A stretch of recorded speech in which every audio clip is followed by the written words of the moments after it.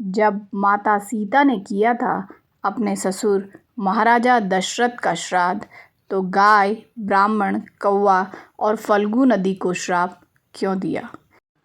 अपने पूर्वजों का श्राद्ध हम इसलिए करते हैं ताकि उनके आशीर्वाद से हमारी आर्थिक, शैक्षिक, सामाजिक, पारिवारिक उन्नति हो। उनके आशीर्वाद से हम और हमारा परिवार फले फूलें, हमारे सभी कष्ट दूर हो, हमारे दिए द्रव्य से हमारे पितृ प्रसन्न हो।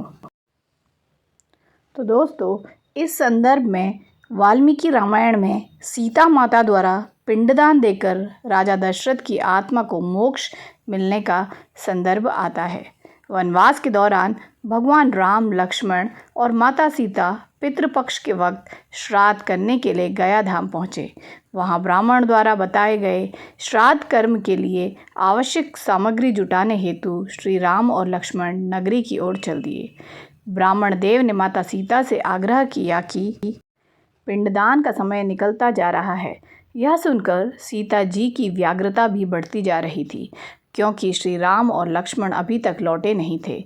इसी उपरांत दशरथ जी की आत्मा ने उन्हें आभास कराया कि पिंडदान का वक्त बीता जा रहा है। यह जानकर माता सीता असमंजस में पड़ गई। तब माता सीता ने समय के महत्व को समझते हुए यह निर्णय लिया कि वह स्वयं अपने ससुर राजा दशरथ का पिंडदान करेंगी। उन्होंने फल्गु नदी के साथ साथ वहाँ उपस्थित वटवृक्ष, कौवा, तुलसी, ब्राह्मण और गाय को साक्षी मानकर स्वर्गीय राजा दशरथ का पिंडदान पूरी विधि विधान के साथ किया। इस क्रिया के उपरांत जैसे ही उन्होंने हाथ जोड़कर प्रार्थना की, तो राजा दशरथ ने माता सीता का पिंडदान स्वीकार किया। माता सीता को इस बात से प्रफुल्लित हुई कि उनकी पूजा दशरथ जी ने स्वीकार कर ली है, पर वह यह भी जानती थी कि प्रभु राम इस बात को नहीं मानेंगे, क्योंकि पिंडदान पुत्र के बिना हो ही नहीं सकता है। थोड़ी देर बाद भगवान राम और लक्ष्मण सामग्री लेकर आए और पिंडदान के विषय में पूछा। तब माता सीता ने कहा कि समय निकल जाने के कारण मैंने स्वयं पिंडदान कर दिया। प्रभु राम को इस बात पर विश्वास नहीं हो रहा था कि बिना पुत्र और बिना सामग्री के पिंडदान कैसे संपन्न और स्वीकार हो सकता है। तब सीता जी ने कहा कि वहाँ उपस्थित फल्गु नदी, तुलसी, कौवा, गाय, वटवृक्ष और ब्राह्मण उनके द्वारा किए गए श्राद्ध कर्म की गवाही दे सकते हैं। भगवान राम ने जब इन सब से पिंडदान किए जाने की बात सच है या नहीं यह पूछा, तब फल्गु नदी, गाय, कौवा, तुलसी और ब्राह्मण पांचों ने प्रभु राम का क्रोध देखकर झूठ बोल दिया कि माता सीता ने कोई पिंडदान नहीं किया।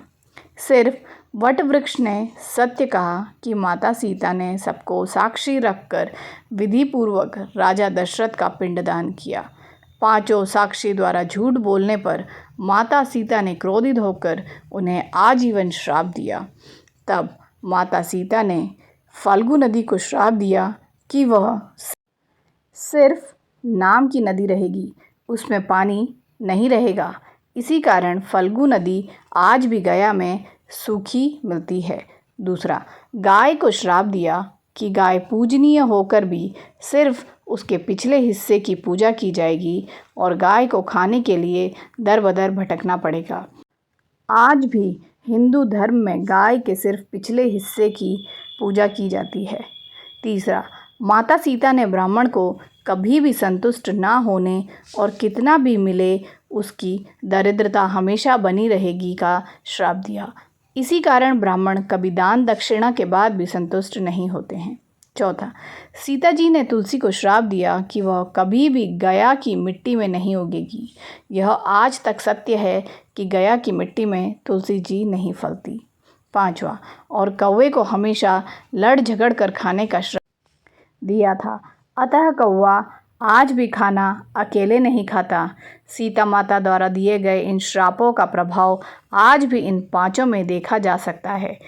जहाँ इन पांचों को श्राप मिला, वहीं सच बोलने पर माता सीता ने वट वृक्ष को आशीर्वाद दिया कि उसे लंबी आयु प्राप्त होगी और वह दूसरों को छाया प्रदान करेगा, तथा पतिव्रता स्त्री उनका स्मरण करके अपने पति की दीर्घायु की कामना करेंगी।